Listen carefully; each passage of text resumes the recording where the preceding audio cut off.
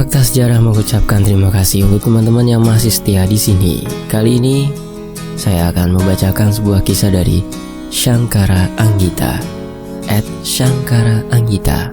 Beliau menuliskan sebuah kisah Pahing. Kisah ini masih berhubungan dengan sedulur alus dan Anggini. Untuk teman-teman yang belum menyimak kisah dari sedulur alus dan Anggini, bisa dilihat di layar pojok kanan atas handphone teman-teman, atau linknya ada di deskripsi. Dan sebelum kita masuk ke Pahing, kita harus berdoa dulu. A'udzu bikalimatillahi tammati min syarri ma khalaq. Bismillahirrahmanirrahim. Wa huwas samiul alim. Allahumma sholli ala sayyidina Muhammad sallallahu alaihi wasallam. Ini dia selengkapnya.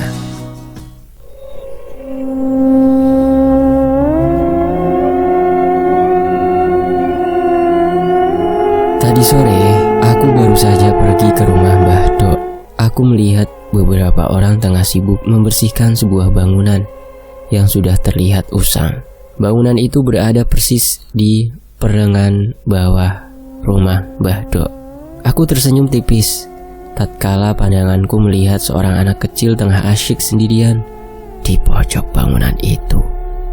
Membuatku mengingat sebuah kisah yang sudah lama sekali terjadi.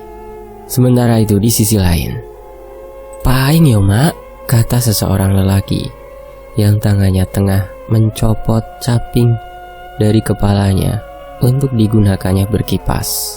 Peluh membasahi seluruh tubuhnya yang masih terlihat bagus di usianya saat ini, memperlihatkan betapa kerasnya ia bergelut di sawah setiap harinya. "Iya ini pak, ini Pahing, ini aku mau turun ke mata air," jawab seorang wanita yang tengah memegang nampan berisi penuh jajanan pasar beserta tetek bengeknya. Sajen. Lelaki itu bernama Prayet, sedangkan wanita itu bernama Iya. Di mana kalian biasa mendengar mereka dengan sebutan Bahnang dan Bahduk dariku. Mereka adalah dua insan yang selama ini membuatku faham akan adab, budaya, adat istiadat, dan bagaimana cara menghargai alam beserta seluruh isinya. Aku tahu bahwa sebagian orang akan mengatakan musyrik lah, bid'ah lah, inilah, ketika melihat kebiasaan orang di kampungku yang masih kental adatnya.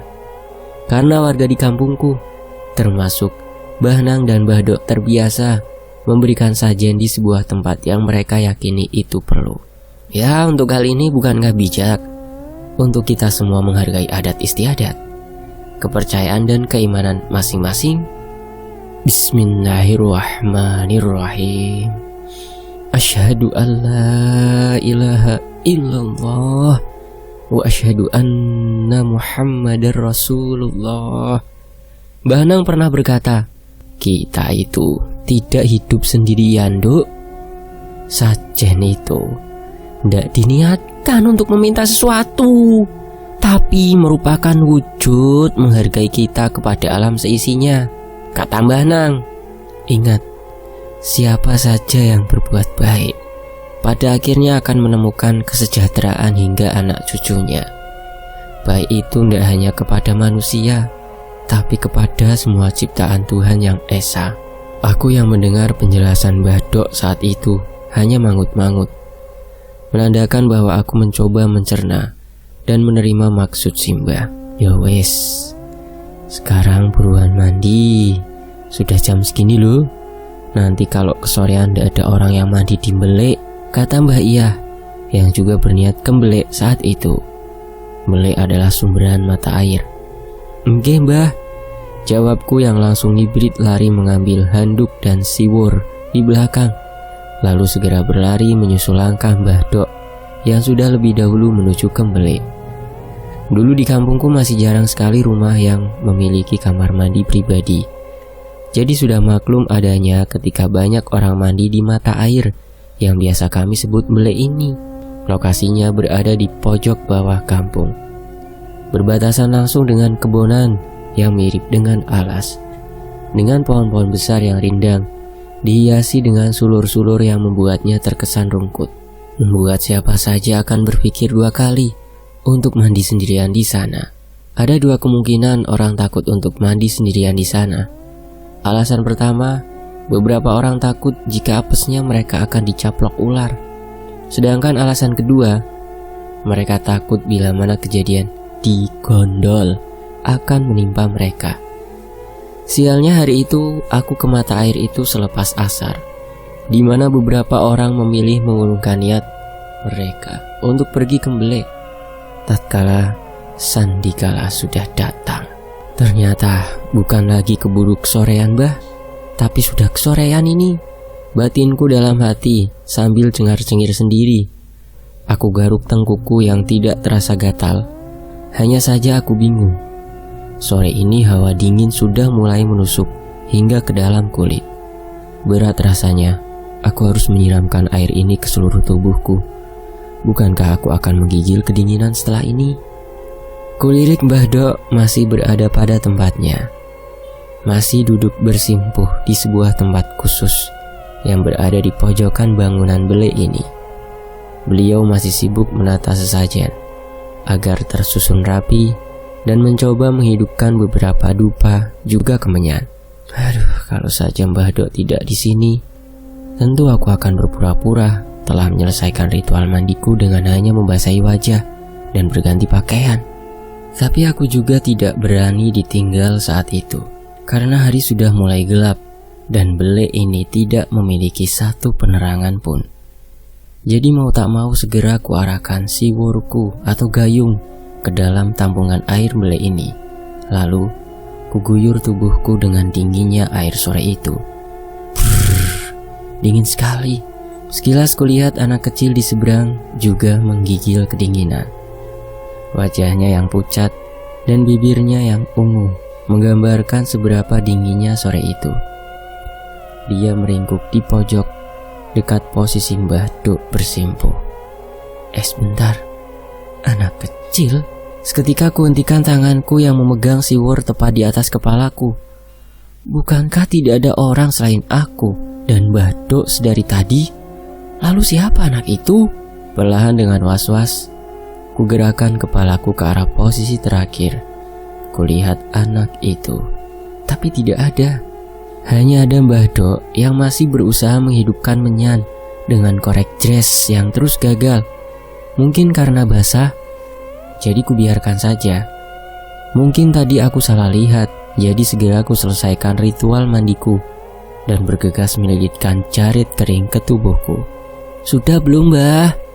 Tepat ketika kalimat tanyaku terucap, korek itu berhasil hidup dan membuat Mbah Dok juga berhasil menyelesaikan kegiatannya sore itu. Sudah, Dok. Sudah, ayo buruan pulang. Sudah mulai gerimis juga ini. Iya, Mbah, monggo. Ujarku mempersilahkan Mbah Dok agar berjalan lebih dahulu di depanku. Tidak, kamu dulu, Dok. Buruan cepet, kata Mbah Dok yang mempersilahkan aku berjalan di depannya. Tangannya berada di punggungku. Kurasakan ada sedikit dorongan menandakan agar aku menambah kecepatan langkahku. Aku yang merasa tak ingin basah kuyup karena hujan juga segera mempercepat langkahku. Namun, kurasakan langkahku semakin berat dan berat saja. Kulihat sandalku sudah dipenuhi lendut yang berasal dari jalanan yang masih berbentuk tanah saat itu. Sudah ditenteng saja, buruan jalan cepat, Dok, kata Mbah Dok yang tidak bisa menyembunyikan rasa takut di wajahnya. Aku yang mulai memahami ada yang janggal, segera mencopot sandalku untuk kutenteng saja. Kupercepat langkah kakiku dengan mata mengedar ke beberapa sudut, mencoba mencari tahu apa yang membuat Mbah Dok terlihat was-was. Hingga akhirnya kami tiba di rumah. Mbah Dok segera menyuruhku masuk dan segera mengunci pintu secepat mungkin. Jeder, suara pintu yang terbuat dari pintu jati kuno ketika berbenturan dengan kusen. Ada apa sih, Mak? Kok terburu-buru begitu? Suara Mbah Nang yang terlihat kaget. Mbah Nang tidak suka jika ada orang yang menimbulkan suara mengagetkan, apalagi suaranya lumayan keras. Enggak apa-apa, Pak, kata Mbah Wedok yang terlihat aneh seperti mencoba menyembunyikan sesuatu. Mbah Lanang yang melihat reaksi Mbah Dok langsung berdiri dan berjalan ke arah pintu. Matanya seperti menerawang sesuatu yang berada di balik pintu itu. "Oh alah, tamunya datang," kata Mbah Nang yang seperti sudah paham dengan apa yang ada saat itu. Sedangkan Mbah Wedok terlihat semakin takut. Aku sudah terbiasa melihat Mbah Dok yang lebih penakut dariku. Berbanding balik dengan Mbah Lanang yang terlihat santai saja melihat mereka yang memang entah kenapa selalu saja datang. Saat itu aku jadi penasaran, siapa tamu yang dimaksud Mbah Nang? Kenapa sekilas kulihat Mbah Nang tersenyum tipis? Sudah, kalian cuci kaki lah. Setelah ini, temani aku di kamar seperti biasa. Tamunya sudah datang, tegas Mbah Lanang. Dayoe teko. Kekeh Mbah Nang yang lebih dahulu masuk ke bilik kamarnya membuatku semakin penasaran. Siapa lagi yang datang kali ini? Mbah Wedok yang terlihat gugup mencoba berbicara kepadaku. "Duk, Cah Ayu, ba'da azan maghrib datanglah ke Mbah Sarbani ya." Mbah Sarbani itu adalah satu sesepuh yang juga memiliki ilmu spiritual seperti Mbah Nang. Biasanya beliau ini sering diundang kemari ketika ada sesuatu hal penting yang menyangkut Mbah Lanang dengan mereka. Jadi aku terus bertanya-tanya, siapa tamu yang datang? Kenapa Mbah Wedok sampai memanggil Mbah Sarbani? Bukankah hal biasa ketika Mbah Nang minta ditemani ketika isi? Kenapa kali ini sampai meminta Mbah Sarbani kemari? Iya Mbah, tapi ini saya sendirian Mbah ke rumahnya Mbah Sarbani, tanyaku bingung.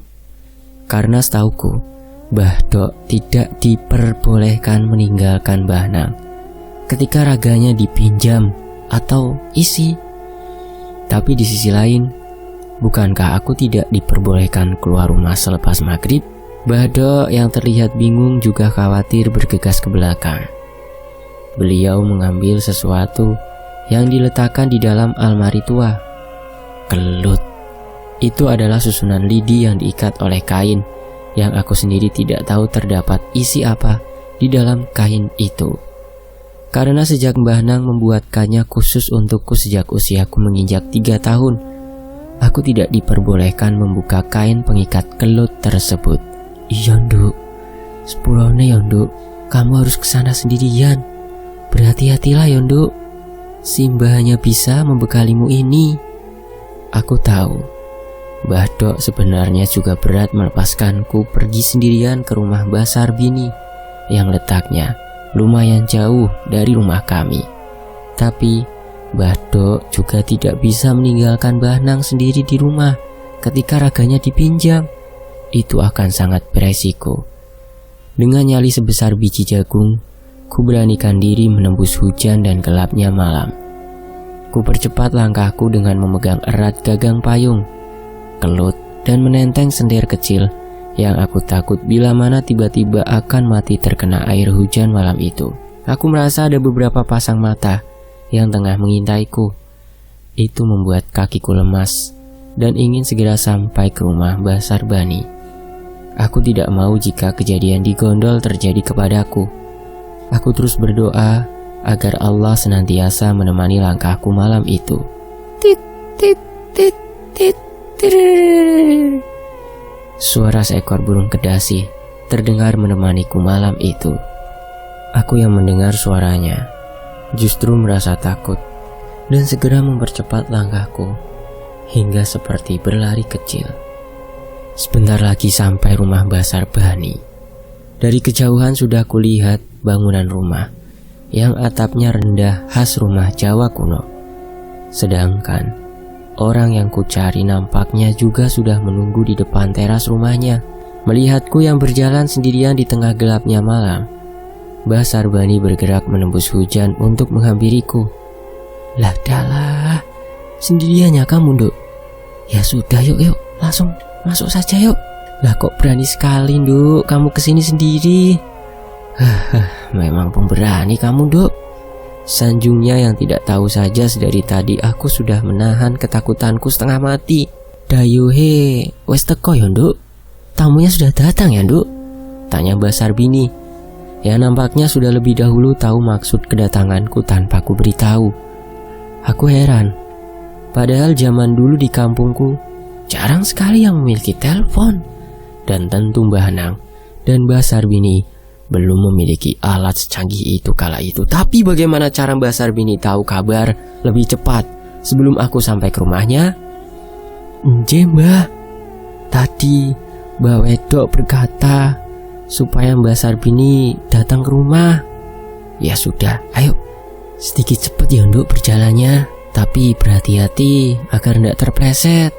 "Nggih, Mbah," jawabku yang sedikit mempercepat langkahku. Sialnya, aku merasa kakiku tiba-tiba terasa berat.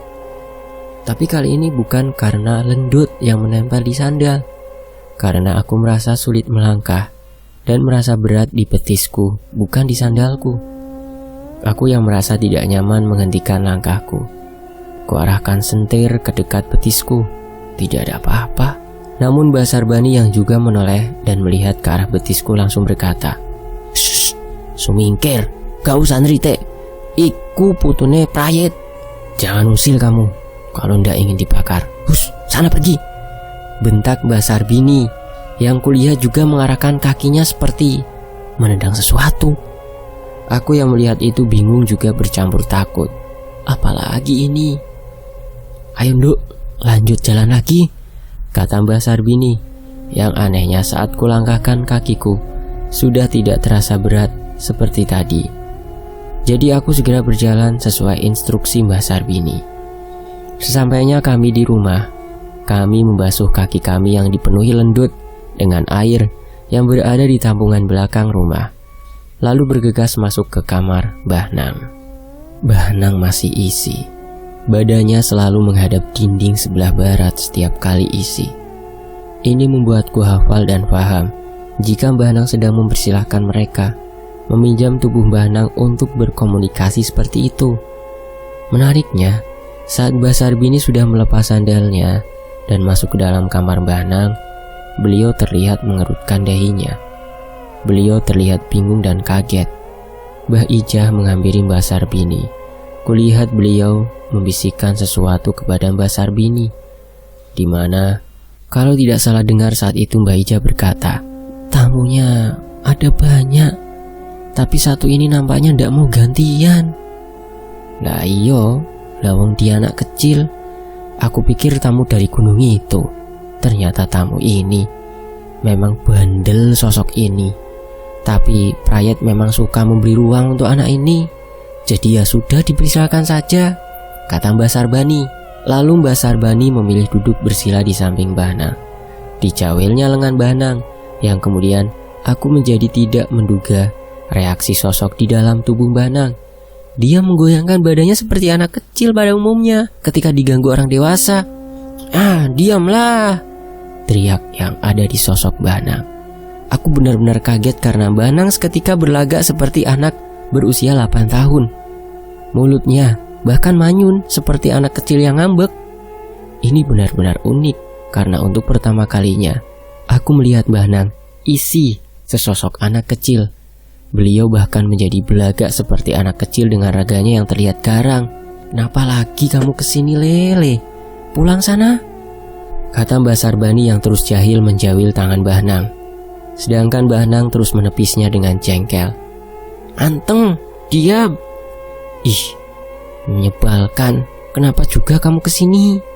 omel sosok itu sembari menyedekapkan kedua tangan Mbah Nang di depan dada, persis seperti anak kecil yang sedang ngambek. Aku yang melihat itu mengikik lirih. Aku merasa lucu melihat Mbah Nang yang jadi bertingkah demikian. "Hei kamu, kenapa tertawa seperti itu?" teriaknya tidak terima ketika sadar aku mengikik melihat tingkahnya. Membuatku yang kaget karena tiba-tiba dia menoleh ke arahku dan membentakku tersedak oleh air liurku sendiri. Sialan. Kupukul dadaku refleks karena batuk. Sedangkan sosok itu justru manyun dan menatapku seolah tak suka. Kampret, batinku yang juga ikut kesal. "Hei, Le, keluarlah. Itu ada tamu dari jauh mau masuk. Sekarang pulanglah ya nak. Besok lagi mainnya." Moh. Bleh. jawab sosok itu yang malah mengejek Mbah Sarbani dengan menjulurkan lidah dan menggoyang-goyangkan pinggulnya. Oh, bocah bieng iki Jan, anak nakal ini ya. Ayo keluarlah. Atau itu tuh yang di sana aku suruh datang kemari agar kamu takut. Ancam Mbah Sarbani menunjuk ke arah pintu belakang rumah kami. Ojo mo, jangan, tidak mau. Teriak sosok itu seperti sedang ketakutan sekali dengan salah satu sosok lain yang tadi ditunjuk Mbah Sarbani. Tapi aku tidak melihat sosok itu. Aku hanya melihat betapa takutnya sosok di dalam tubuh Mbah Nang saat itu. Dia bahkan sampai bersembunyi di belakang tubuh Mbah Sarbani dengan ekspresi takut. Nampaknya sosok yang tadi ditunjuk Mbah Sarbani lebih kuat hingga anak itu ketakutan. Yo, aku harus mulai wae. Yo, aku mulai. Teriaknya panik. Sebenarnya kenapa kamu kesini dan tidak mau keluar, Tanya Mbah Sarbani yang masih tertawa melihat anak itu ketakutan. Tapi itu diusir dulu yang jauh. Aku tidak mau jika dia di situ, katanya yang tiba-tiba saja menangis. Iya, sudah kamu pergi sana, perintah Mbah Sarbani kepada sosok lain itu.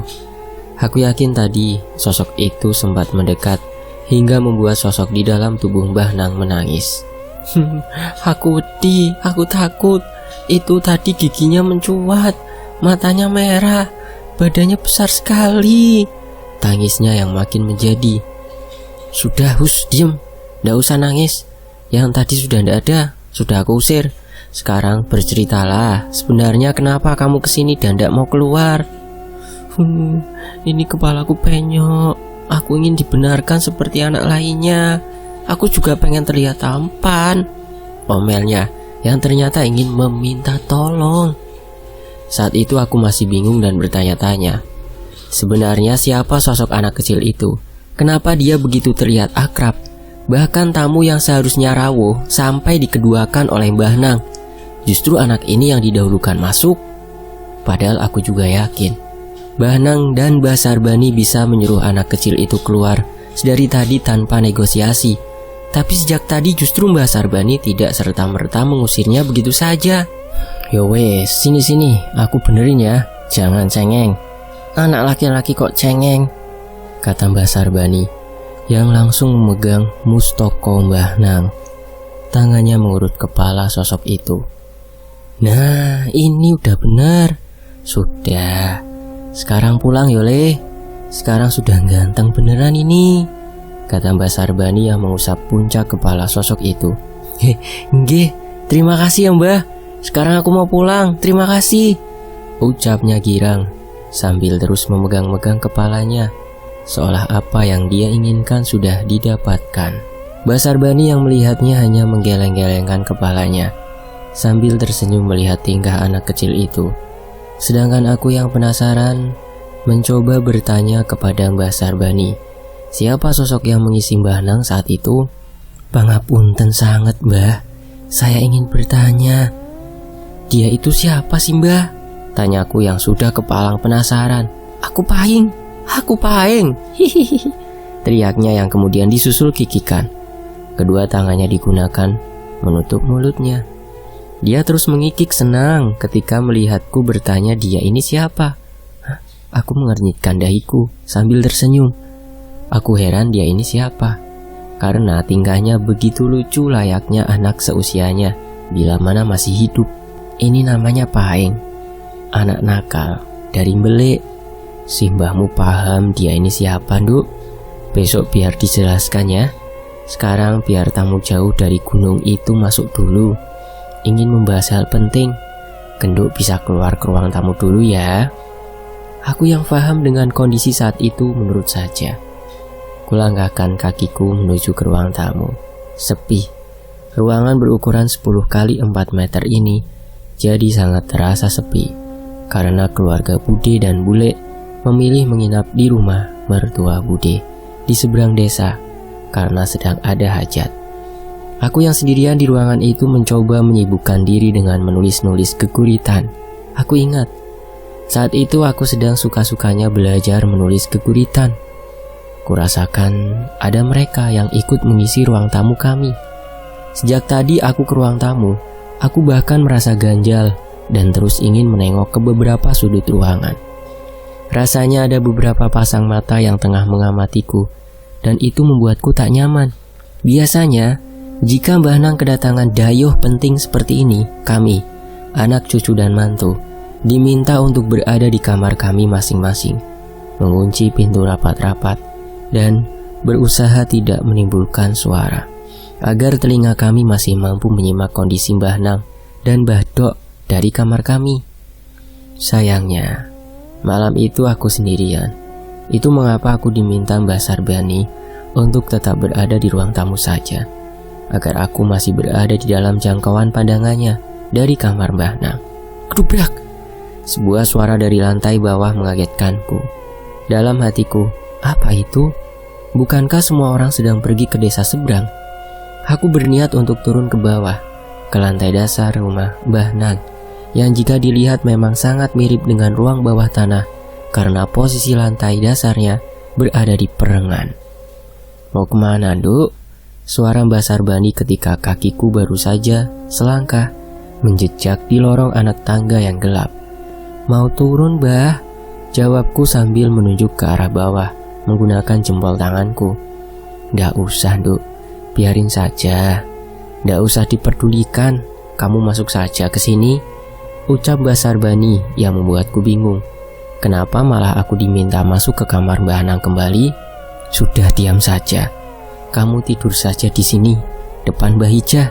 Nggak usah pergi ke sana, kata Mbah Sarbani yang kemudian kuturuti dengan menidurkan tubuhku yang lelah di pangkuan Mbah Dok malam itu tanpa banyak tanya. Paginya aku terbangun di atas kasur kapuk sendirian. Aku merasakan sedikit cahaya matahari telah berhasil menerobos dari celah-celah rumah hingga mengenai mataku. Pasti Mbah Nang dan Mbah Dok sudah pergi ke sawah, pikirku. Jadi aku segera bangun dan menata selimut dan spray yang warnanya sudah usang ini. Aku berniat untuk bergegas mandi Timbelek agar nanti di sana masih ada ibu-ibu yang sedang mencuci baju. Kulihat sudah banyak anak-anak sebayaku yang bersiap main ke kebun belakang rumahku. Beberapa membawa peralatan masak dan sisanya membawa kebutuhan untuk nanti dimasak. Memang anak-anak di kampungku saat itu suka bermain rumah-rumahan dan asyik masak-masakan di kebun belakang. Ayo Mbak Git, teriak salah satu anak yang rambutnya dikuncir dua. Giginya yang ompong terlihat lucu. Anak itu bernama Ana. Dia adalah cucu Mbah Sarbani. Iya, dike ayo, aku ame Pak Pung dike. Hehehe. Aku yang melihat sudah banyak anak-anak yang pergi ke kebun belakang, segera mempercepat gerakanku untuk pergi ke Mbelek. Aku yang sangat antusias karena ingin segera bergabung dengan mereka pun berlari menuju Mbelek. Padahal jalanan masih becek sisa efek hujan semalam. Tapi aku tidak peduli hingga kesialan datang. Set. Aku terpleset dan tubuhku terpelanting ke perengan yang lumayan tinggi. Aku merasa tubuhku tidak begitu sakit karena jatuh di atas rumput-rumput basah. Innalillahi, Anggita! Teriak beberapa ibu-ibu yang berada di Mbelek. Mereka bisa melihatku yang terpleset karena posisi Mbelek yang berada di bawah perengan. Ibu, tangisku pecah. Aku melihat ibu-ibu panik dan bergerak secepat mungkin menghampiriku. Mereka semua terlihat khawatir, kecuali satu anak yang justru mengikik menertawaiku yang jatuh. Anak itu menutup mulutnya yang sempat memperlihatkan gigi hitamnya. Bukankah itu anak yang sama dengan yang kemarin kalau tidak salah kulihat di samping Mbah Dok bersimpuh? Aku masih saja menangis walau aku jengkel melihat anak itu menertawaiku. Anak siapa dia?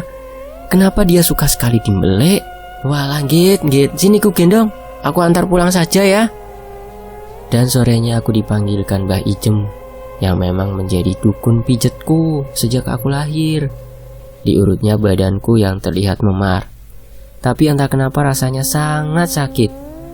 Beberapa kali aku sempat berteriak karena nampaknya Mbah Ijem membenahi posisi sarafku. Duk, yo mbok yo hati-hati lah Duk. Kalau kembelek jangan buru-buru. Sudah tahu licin kan? Kata Mbah Ijem yang terus mengurut tubuhku. Sedangkan aku hanya cengar-cengir menahan sakit. Mbah Nang dan Mbah Dok juga menegurku karena tidak berhati-hati di jalanan licin. Beliau menegurku dengan baik, tapi karena aku yang perasa dan si bandel yang tidak mau ditegur justru ngambek dan meminta untuk tidur di kamar bawah malam itu. Aku dengan jengkel turun ke bawah melalui lorong anak tangga yang minim cahaya. Dengan kesal aku menuruni tangga dengan kasar hingga menimbulkan suara hentakan kaki. Puk, puk, puk, puk. Di ujung anak tangga aku melihat sosok seperti anak bulekku meringkuk. Sepertinya dia mengajakku bercanda. Sudah tahu sedang jengkel, malah menghadangi jalanku. Jadi kulangkai saja dia dengan menyentuh puncak kepalanya, menggunakan telapak tanganku sebagai tumpuan. "Kamu kenapa, Git, melangkah seperti itu? Kenapa juga manyun begitu?" tanya bulekku yang tangannya terlihat memegangi secangkir teh. Aku menggelengkan kepalaku pelan dan berkata, "Dimarahi Simbah tadi. Bule itu kok Adi masih di sini sih? Katanya mau ke rumah Mbah Noni." "Hah? Di mana lihat Adi? Dia aja udah sejak pagi buta pergi ke rumah neneknya kok." "Hah? Mosok sih bule? Lah itu dia di sana," kataku sambil menunjuk anak yang masih terlihat meringkuk menyembunyikan wajahnya. Kulangkahkan kakiku mendekati anak itu. "Niki loh bule," kataku yang masih kekeh melihat Adi masih di rumah. Sedangkan bule, wajahnya terlihat gelagapan seperti kehabisan nafas. Tangannya gemetar hingga teh di cangkirnya tumpah sebagian. Reaksinya membuatku bingung dan perlahan menoleh ke arah belakangku, di mana posisi yang kuyakini Adi tengah meringkuk. Sedangkan anak kecil itu perlahan mengangkat kepalanya hingga aku pun sadar. Dia bukan Adi.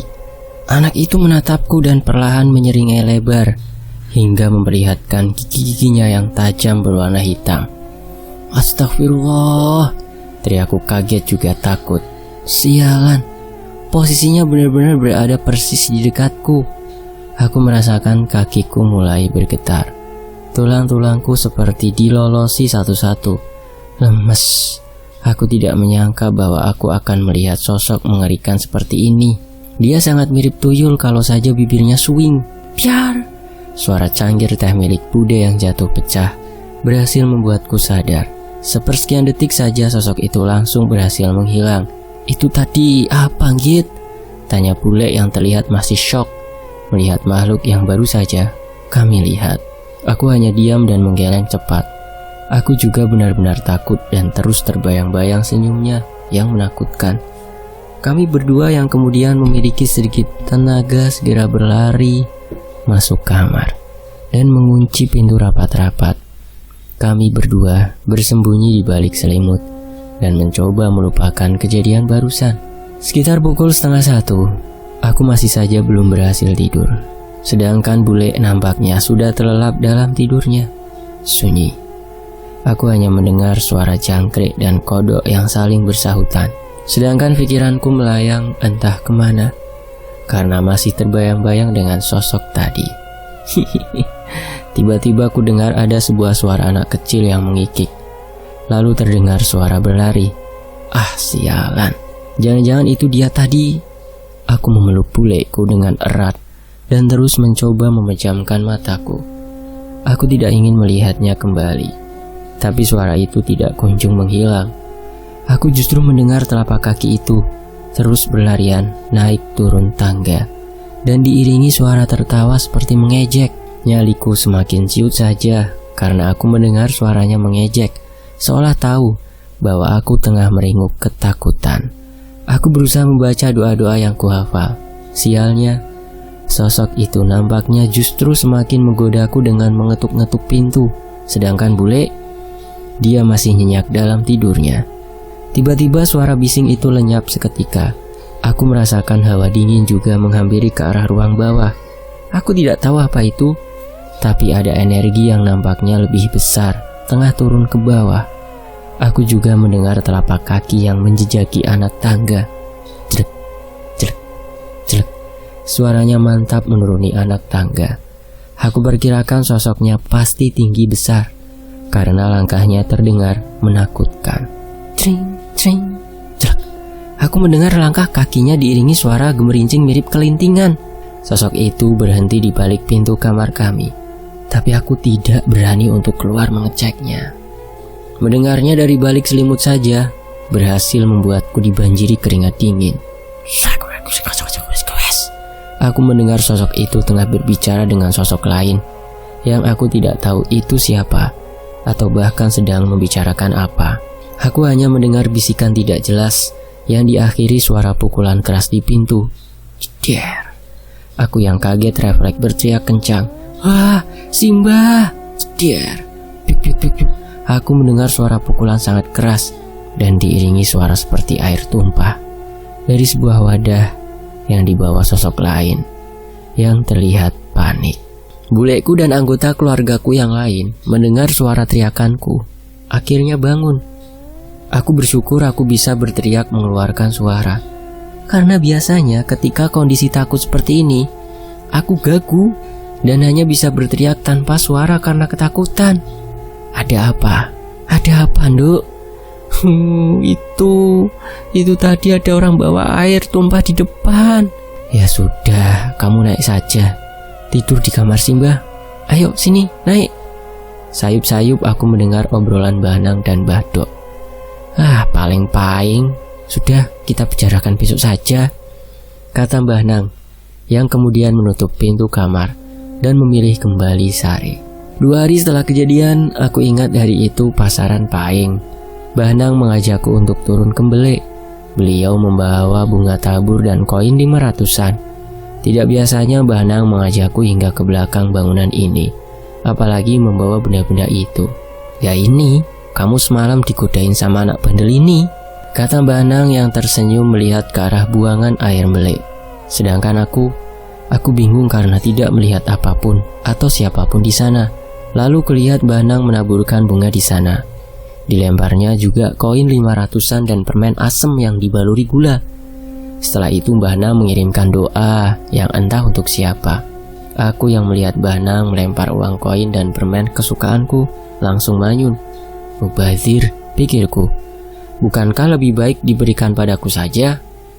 Bahnang yang menyadari bibirku sudah monyong langsung terkekeh dan mengacak rambutku. Wes, ayo pulang. Setelah ini sudah malam, nanti kamu Simbah kenalin dengan Pahing ya, ucap Bahnang. Ya, tapi aku juga pengen permen asem, Mbah, jawabku dengan masih mengerucutkan bibirku dan mengernyitkan dahiku jengkel. Iya, nanti tak beri di rumah ya, kata Bahnang yang kemudian menggandengku pulang. Malamnya sesuai perkataan Bahnang, aku dipanggil ke kamar untuk diperkenalkan dengan Pahing. Bahnang meminta semua keluargaku masuk ke dalam kamar, mengunci pintu, diam, atau silakan tidur lebih cepat. Duk, duduklah di sini bersama Mbak Iya, kata Bahnang, yang kemudian memejamkan matanya dan duduk bersila menghadap barat. Jadi Mbak Iya atau Mbak Ica ya, sama saja, hanya salah ketik saja teman-teman. Suasana sunyi. Untuk beberapa saat rumah kami benar-benar tidak ada suara. Bahkan aku tidak mendengar suara jangkrik ataupun kodok yang biasa menemani malam-malam kami. Aku hanya mendengar hembusan nafas kami satu sama lain. Kikuk, aku jadi merasa aneh dengan situasi saat itu, hingga sebuah suara yang kukenal muncul dari tubuh Bahnang. Pahing, aku yakin itu dia. Kulihat dia mengikik sembari menutup mulut seperti sebelum-sebelumnya, membuatku yang semula duduk lebih dekat dengan Bahnang memilih mundur di belakang Bahdok. Nang opo kok mundur? Kenapa kok mundur? Ucapnya yang masih saja tertawa mengikik sembari menutup mulut dengan kedua tangannya. Bah, aku takut, ucapku lirih, nyaris mencicit.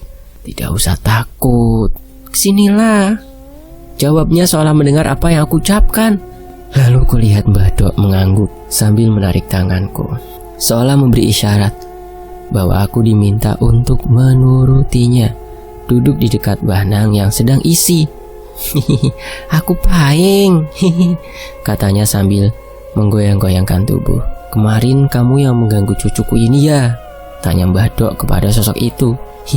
Ora, enggak, aku enggak mengganggu kok. Aku hanya mengajaknya bercanda agar bisa main bersama.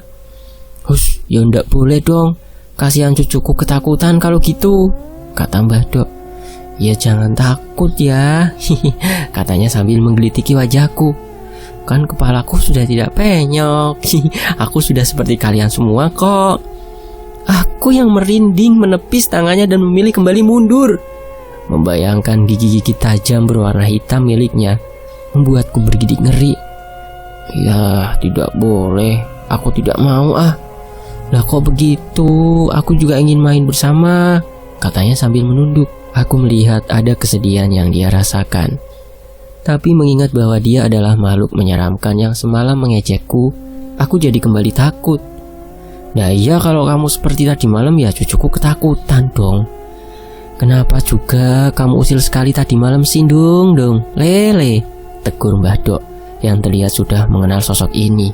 Ya memang aku suka naik turun di situ, aku suka main di situ. Apalagi semalam anak itu ketakutan, hihihi, ucapnya sembari menunjukku. Wah, anak bandel, tak jewer lu kamu, hah? Jawab Mbah Dok yang kemudian menjewer kuping Mbah Nang, di mana itu membuat sosok itu mengadu kesakitan. Aduh, ngapunten, nggak lagi, ucapnya sambil memegangi tangan Mbah Dok yang sedang menjewer kupingnya. Aku yang melihat kejadian itu menjadi tersenyum, seolah lupa bahwa dia adalah makhluk mengerikan yang memiliki gigi-gigi hitam dan tajam. Aku justru melihatnya sebagai anak kecil yang sangat bandel. Sebenarnya kamu itu siapa sih ya? Kataku menginterupsi. Aku mencoba memberanikan diri untuk berbicara kepadanya.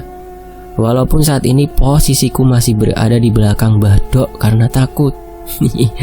Aku sebenarnya tidak punya nama. Aku dulu meninggal di Mbelek. Ibuku menyiramku di saluran air. Jujur, saat sosok itu menjawab begitu, hatiku terasa mencelos begitu saja. Aku jadi membayangkan betapa sakit hatinya ketika tahu bahwa dia meninggal di tangan ibunya sendiri. Aku dulu digugurkan ibuku. Aku ingat ibuku menyiramku menggunakan air di sana, katanya sembari menunjuk ke arah Mbelek yang berada di bawah perengan rumah kami. Kakiku tersangkut di saluran air seperti ini loh, ucapnya sambil mempraktekkan posisi kakinya yang tertekuk menyangkut. Sedih, ya, aku merasakan betapa sedihnya perasaanku jika berada di posisi Pahing saat itu. Tapi bocah nakal itu masih saja terus mengikik setiap menceritakan detail kisahnya. Kepalaku terus-menerus disiram hingga menjadi penyok. Tapi sudah diurut Mbah Sarbani malam itu, jadi jangan takut. Wanita mana yang tega menggugurkan bayinya di Mbelek saat itu? Aku tidak tahu dan tidak habis pikir. Bagaimana bisa dia tega menggugurkan darah dagingnya sendiri? Dan bagaimana bisa dia tidak menguburkannya secara layak ketika sudah tahu janinnya sudah berwujud? Entah apa alasannya, melakukan tindakan tidak terpuji seperti itu. Bagaimana bukankah aku bertambah dosa jika dia menggugurkan kandungannya? Tapi sudah aku tidak apa-apa kok. Terima kasih, aku sering diberi uang 500 ya, ucapnya kepada Mbah Dok. Kamu tahu siapa ibumu? Lalu untuk apa kamu selalu minta uang 500? Memangnya kamu bisa jajan apa? Tanyaku polos saat itu. Tahu sih, tapi ndak mau ah, aku ndak mau memberitahu. Kasihan ibuku nanti malu. Kalau uang 500-nya aku gunakan membeli susu. Jujur aku jadi terharu mendengar jawabannya saat itu. Bahkan dia masih menutup aib ibunya ketika dia tahu apa yang sudah ibunya lakukan kepadanya. Membuatku terus berpikir, akankah kita sebagai manusia masih memiliki sifat pemaaf sepertinya?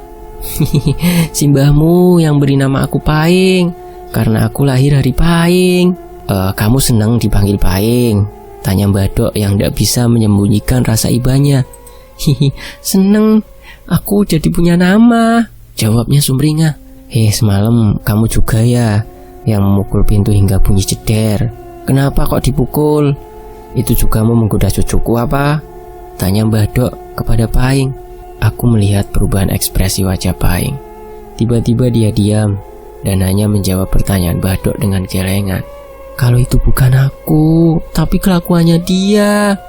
Dia menunduk sambil menunjuk ke arah luar pintu kamar Mbah Nang. Dia berbisik lirih.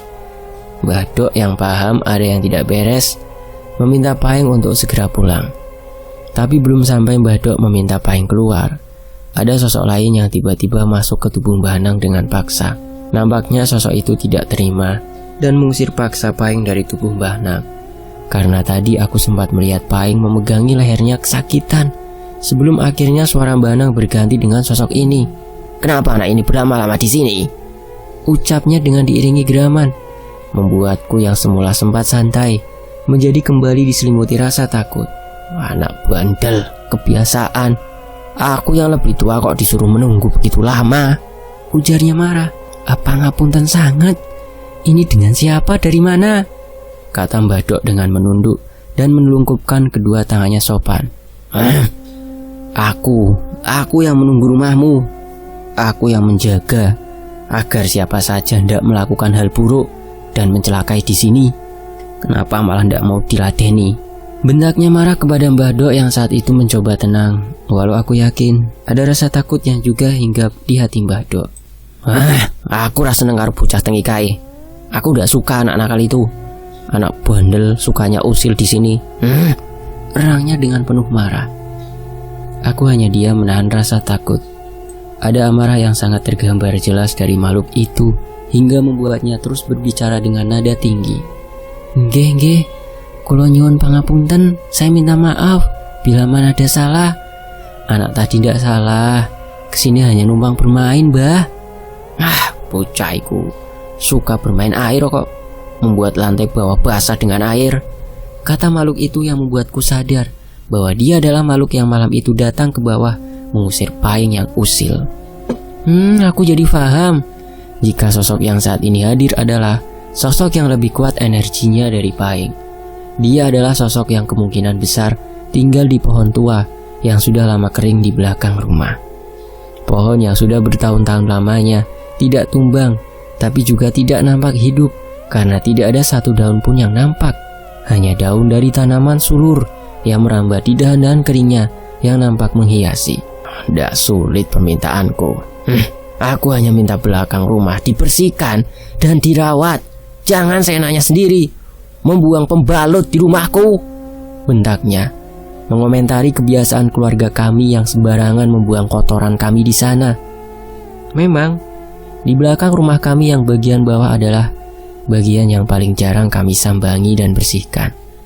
Alasannya adalah karena posisinya yang berada di perengan, di mana lokasinya yang lumayan sulit, membuat kami khawatir bila mana sewaktu-waktu terpeleset dan jatuh. Untuk diperhatikan ya teman-teman ya, bagian rumah mana yang jarang teman-teman bersihkan. Ayo sekarang bersihkan. Aku minta kamar mandi di belakang itu dibersihkan ya, difungsikan. Dan hanya dibiarkan kotor dan kosong seperti itu, karena itu juga milik rumahmu sendiri. Ya, saat itu Mbah Nang sebenarnya memang sudah membangun kamar mandi yang cukup besar di rumah kami. Sayangnya tambungan air dibiarkan kosong dan kamar mandi dibiarkan terbengkalai begitu saja, karena anggota keluarga kami yang saat itu aras-arasan nangsu. Maksudnya males-malesan menimba air gitu. Berat hati untuk mengambil air dari belek untuk dipindahkan ke penampungan di kamar mandi. Aras-arasan. Aku ndak akan marah jika segini banyaknya manusia di rumah ini ndak ada satupun yang mau merawat kamar mandi itu. Eman-eman. Lah anak bandel itu suka mandi di sini, main air. Apa kalian ndak malu ketika anak kecil itu saja suka membawa air dari belek, sedangkan kalian sudah tua ndak mau? Kata makhluk itu yang membuatku sadar bahwa selama ini air yang selalu tiba-tiba membasahi lantai bawah berasal dari ulah Pahing. Aku ingat karena kejadian itu di hari selanjutnya Mbah Nang mengumpulkan anak dan mantunya untuk bersama-sama membersihkan pojok belakang rumah, jeding dan seluruh penjuru rumah. Aku juga ingat jeding di rumah Mbah Nang akhirnya difungsikan. Mbah Nang meminta mantu-mantunya mengisi penampung air dengan air dari belek. Rumah kami bahkan dicat ulang dengan warna putih agar terkesan bersih dan terawat. Sorenya Mbah Nang dan Mbah Dok meletakkan sajen lagi di belek dan pohon tua yang kering di belakang rumah. Aku ingat Mbah Dok meletakkan secangkir susu untuk Pahing dan secangkir kopi untuk Simbah yang diyakini telah menjaga rumah kami. Sejak saat itu, aku jadi memahami alasan kenapa Mbah Nang dan Mbah Dok selalu memberi sajen di tempat-tempat tertentu. Aku paham, jika itu adalah cara beliau menghargai mereka. Mereka saja dihargai sama Mbah Nang, apalagi sesama manusia, lebih-lebih dong. Dan selalu ada alasan kenapa hal itu harus dilakukan. Demikianlah sebuah kisah dari Kak Anggita, Paing, sebuah janin yang dibunuh oleh ibunya sendiri. Ojo sok senang-senang ke bid'ah ke wong. Saya juga pernah masuk ke golongan itu kok. Tapi ya sekarang udah biasa-biasa saja sih, nggak terlalu keras. Beruntungnya kita ya bisa memilih mana buat kita belajar. Ada golongan itu, golongan ini, golongan itu. Semuanya sih benar semuanya benar, insya Allah. Cuman kendaraannya aja yang beda kan, yang dituju sama Allah Subhanahu Wa Taala. Paham nggak maksudnya? Kalau nggak paham ya cuekin aja lah ya. Saya pamit, wassalamualaikum warahmatullahi wabarakatuh. Terima kasih Kak Anggita, terima kasih teman-teman yang sudah menyimak kisah ini di sini. Wassalamualaikum warahmatullahi wabarakatuh. Alhamdulillahirabbil alamin.